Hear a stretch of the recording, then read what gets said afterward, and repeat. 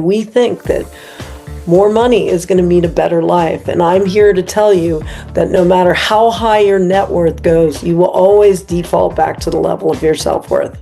Welcome to Unstoppable Podcast with Harry Sardinas, inspiring conversations with influential millionaires, investors, thought leaders, entrepreneurs who are making a massive difference with their innovative products and services, and sharing the challenges and the wisdom of how they sold their first million.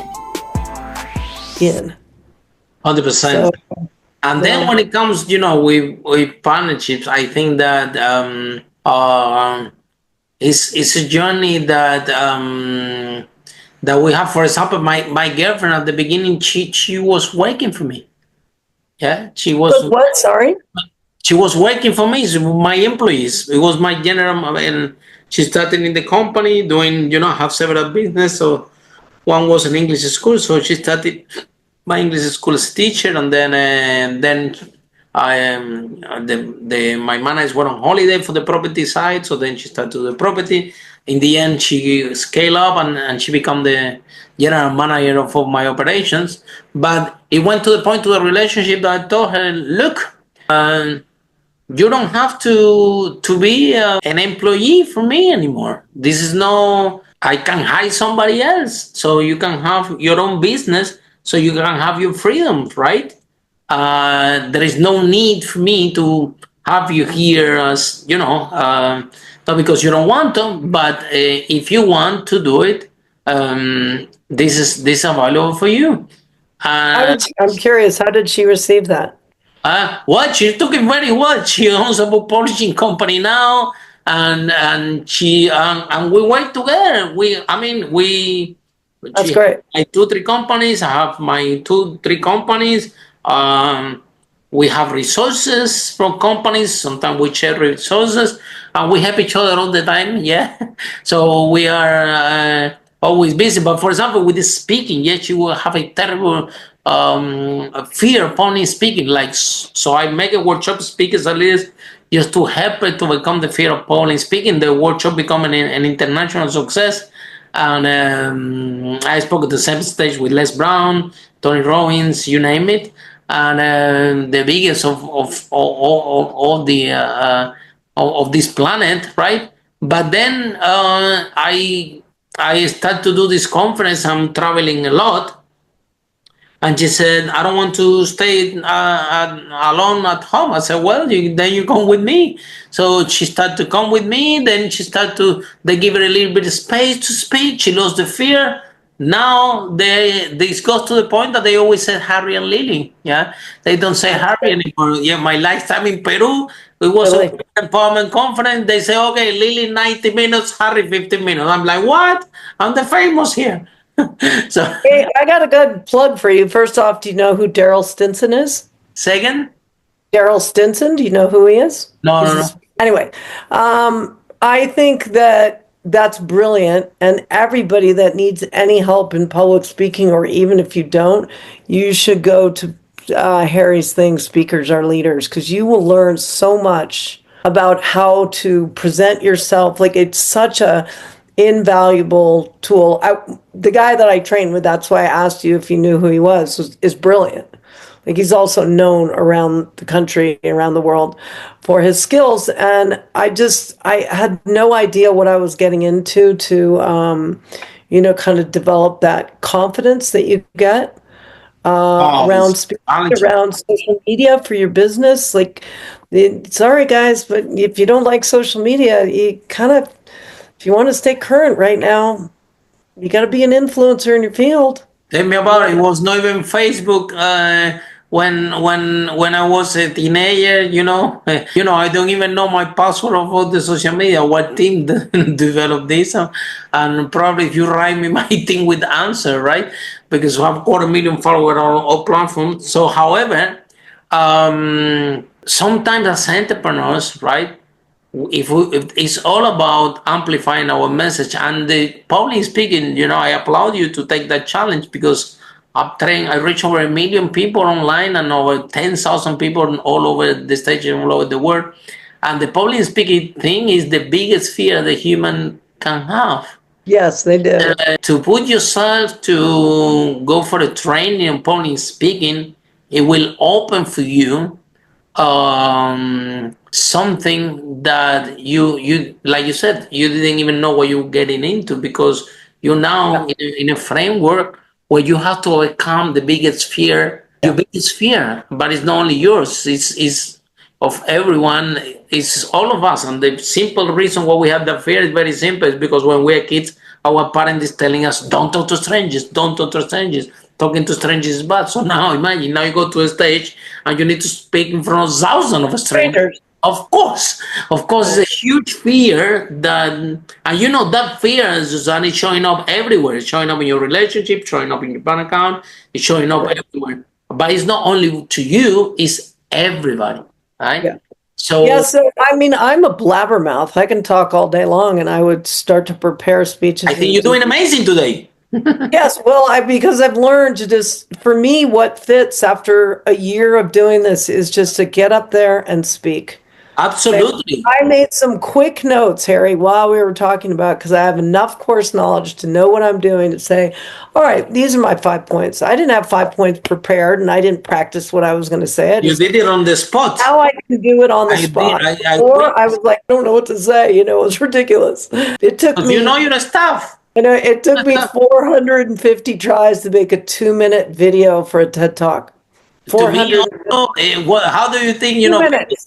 If I show you, if we show you our first shots on Lily's first video, my partner, oh my God, it was again like a minute and a half, and we stayed the whole evening. And today, today we do our social media recording in a professional studio in London. I'm the guy of the professional studio. They charge by the hour. So you're like, hurry up. Yeah, I go there with Lily and we speak. If we book for 4 hours, for 6, we sit there and we speak the whole 6 hours with no break. And the guy that operate the studio, they say, guys, in my years in this studio, and I've been years here working, I didn't never think anything like you guys, that you talk and talk and talk and you don't even rest. So I think that. But this happened because we have done it a lot. So we do have training. Our workshop is 2 days in a row. So 6 hours is nothing for us, right? But it didn't start like that. And the other thing is that people, if we are in business, and this is how business is operating today, it's not Harry's fault, it's not Suzanne's fault, yeah? We have to, if we want our message to be heard, we have to work in what we call it our personal brand. Yeah, of course. Because otherwise we won't be able to help anybody. So I applaud you for you to create that web, especially. You know why? Because you have the credibility, right? And with your knowledge, you can help a lot of people, right? Because Harry, the way to make friends, just tell them how great they are. So thank you so much.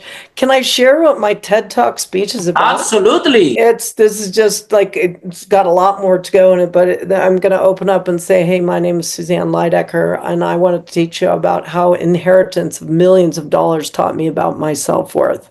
Then I go on to share that 1 out of every 8 Americans plays the lottery at least once per week, because collectively we think that more money is going to mean a better life. And I'm here to tell you that no matter how high your net worth goes, you will always default back to the level of your self-worth. It doesn't matter how much you have. And I know it looks really good and fantastic to, think that money is going to solve all the problems. But as I told you before, I ask all kinds of people, so what happens if you win the lottery? And I'm going to buy a boat, and then I'm going to put some money away for a house. And they have this whole plan. And financially, like when I inherited money, I had a lot of financial skills, but I didn't have the emotional skills to deal with it. So it was really easy for people to come at me and say, well, little girl, which my father called me, you don't have any skills in this area. Well, I actually did better than my siblings, and they were males. Wow. So, wow. Well done. Thank you. But I think that, like it's such an important talk to make, and it really doesn't, it's not specifically female oriented because I think a lot of males also, I just want to win the lottery. And I was like, it's not going to help. I mean, it'll help with some things for sure, but it's not going to help with everything. And I love it that you have such an amazing relationship with your girlfriend, because it's very difficult to manage sometimes. That's why when I went to publish my book on Amazon, I was like, you have to pick out two categories. Have you written a book, Carrie? Yes, several. Okay. Did you publish it on Amazon? Oh yeah. But you My know how you have to is a pick book it. publishing company, so we do a lot of this Amazon. Okay. But they make you pick out two, like there's all these Categories. categories in books. So I'm like, great. I'm gonna write. I mean, I got my category, love and money. It doesn't exist. There's a lot of people over here talking about love, and there's a lot of people over here talking about money. But there is not another person on the planet that is speaking about, has done a TED Talk with, has written a book about the intersection of the two. And it's a great topic. I find that very interesting because like Absolutely. our big time, money, and love are like that's what it is, and we have no like conversation about it. Mhm. I find it to be very strange. Yeah. And I think, with the relationships, it's all about, supporting and giving the space. But sometimes we have to, sometimes the person is not ready to take that role. So sometimes, like for example, when my girlfriend, she was a great support for me when I was building my business. It was my right hand, my general manager, and I'm very grateful for it, right? But at some point in the relationship, I thought that she has to find her own way without me. Yeah. Yeah.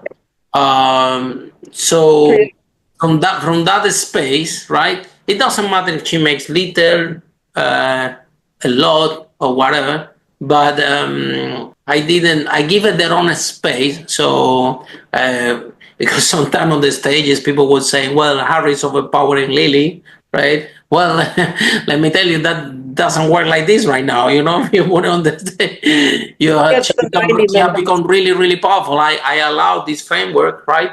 But again, when it comes to, it's like hiding for the company, right? You have to see if the values of the person align with the values of the company, right? And in the same way that sometimes we hire fast for the company, that we make a huge mistake, and then it's very difficult to repair. It happens sometimes with relationships, yeah, because in the end of the day, until time pass and you see how this person react in tough times, because in good times everything is fine, but when you have to take decision, or when somebody have to take responsibility, or somebody you want to grow it X amount of money and you need help in certain area, and no, I cannot do it, I'm busy, but to use it and to live the life, this is amazing, right? So little by little we find out the person that we align, and actually we love you for who you are, right? Rather than for how much you have. And again, the fact that you become highly successful has overshadowed that, because imagine the conversation. This is a conversation in the neighborhood. Wow, you see, Suzanne, she make it, right. So is challenging. Yeah, because at the end of the day, it's fulfillment, and again, you are children, right? So they have the role model that they have very strong mom, very powerful mom, very successful mom, right? And but I think that everything that you have achieved, nobody give it to you. Yeah, it took hard work.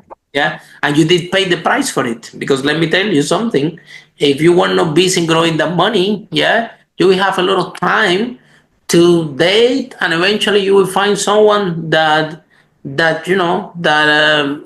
marry you and love you, but because you take care of the money, you decided to grow it, which is actually is not even for you because your kids are going to Oh, yeah, that's what somebody said. I was like, well, it's all for them. it's not like you're gonna what do you need this money for? You know what I mean? So at the end of the day, is so you took a big sacrifice on your life for your kids, the same like your parents did with you, right? But and sometimes success you have to pay a price for it. Yeah. You do? So sometimes people come to me and a lot of time actually every day. Harry, let's do this business together. We're gonna make millions. I'm like, well, I rather don't have the millions and be able to don't put my alarm clock and go for a walk the park. You know what I mean? So I'm not willing to pay the price because I know what it takes. Yeah, and I know what is involved. So I'm just not willing to pay the price anymore for certain projects. If it's not a project that I enjoy it, if it's not a project that is a contribution for society, yeah, I'd rather be here, speaking with amazing people and having and putting something out there, because that's the important thing. What you're doing, Suzanne, today is that somebody can be listening this podcast. It could be anywhere in the world, and can be in your shoes and can have this imposter syndrome. Oh, you know what? I inherited this, and look what happened. Yeah, and you have to earn it, and they have to see your example, right? That how you embrace it and you own it, because at the end of the day, you did it and you managed to grow it and you didn't lose it, and you should be so proud of yourself and your family and everybody that you achieved that. Yeah. Follow us for more interviews with world's most influential, audacious entrepreneurs that overcame challenges and adversity, providing you with the blueprint of how they sold their first million so you can grow your business exponentially.